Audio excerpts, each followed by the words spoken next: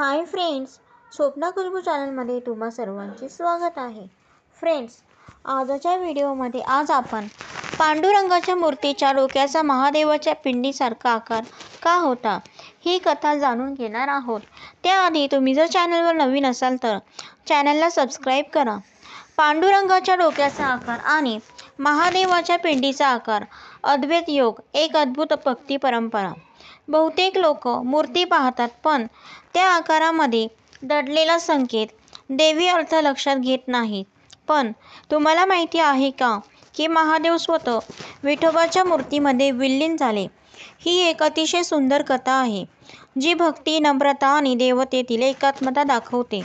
विठोबा म्हणजे भक्तांचा राजा. भक्ताच्या प्रेमाने देवाला सुद्धा आकर्षित करावे हाच तर भाग आहे विठ्ठल भक्तीचा. आणि महादेव तर स्वतः भक्तराज, त्यांनाही हे प्रेम अनुभवावसे वाटावे याचे काय अप्रूप. परवाच आषाढी एकादशी झाली आणि पंढरपूरच्या विठोबांमध्ये मन पूर्णपणे बुडून गेले. लाखो वारकऱ्यांची भक्ती, मुखातून निघणारी ज्ञानोबा तुकारामाची गर्जना आणि त्या सगळ्यात केंद्रस्थानी असलेला पांडुरंग हा अनुभव शब्दात मावणारा नाही. पण या विठोबाच्या मूर्तीबद्दल नुकतीच ऐकलेली एक गोष्ट मनाला फार भिडली. कधी तुम्ही पांडुरंगाची मूर्ती नीट पाहिली आहे का? जर पाहिली असेल तर एक खास गोष्ट लक्षात आली असेल. पांडुरंगाच्या मूर्तीचा डोक्याचा भाग अगदी निमुळता आणि थोडा वेलाकार आहे. तो कोणत्याही सामान्य मानवी डोक्यापेक्षा वेगळा वाटतो, अगदी जणू महादेवाच्या पिंडीसारखाच. इतर कोणत्याही देवतेच्या मूर्तीला असा डोक्याचा आकार नाही. हे का असावे? यामागे अतिशय गूढ आणि भक्तिरसात न्हालेली आख्यायिका आहे. महादेव आणि पांडुरंग देवतेतील दिव्य संगम. असे म्हणतात की एकदा महादेवाला पांडुरंगाचा खूपच गहिरा महिमा ऐकायला मिळतो. भक्ताच्या ओठावर फक्त विठोबाचे नाव, त्यांच्या दर्शनासाठी तुफान येणारे वारकरी, त्यांचे गाराणे, त्यांची वारी, त्यांची पंढरपूर नगरी, हे सगळे ऐकून महादेव विचारात पडतात. काय आहे असे यांच्यात की याच्यावर भक्तांचा एवढा ओढा, एवढे प्रेम?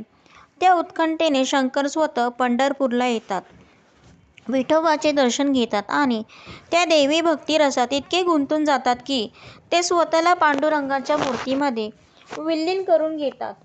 त्या विलीनतेचे प्रतीक म्हणूनच पांडुरंगाच्या मूर्तीच्या डोक्याचा आकार महादेवाच्या पिंडीप्रमाणे आहे.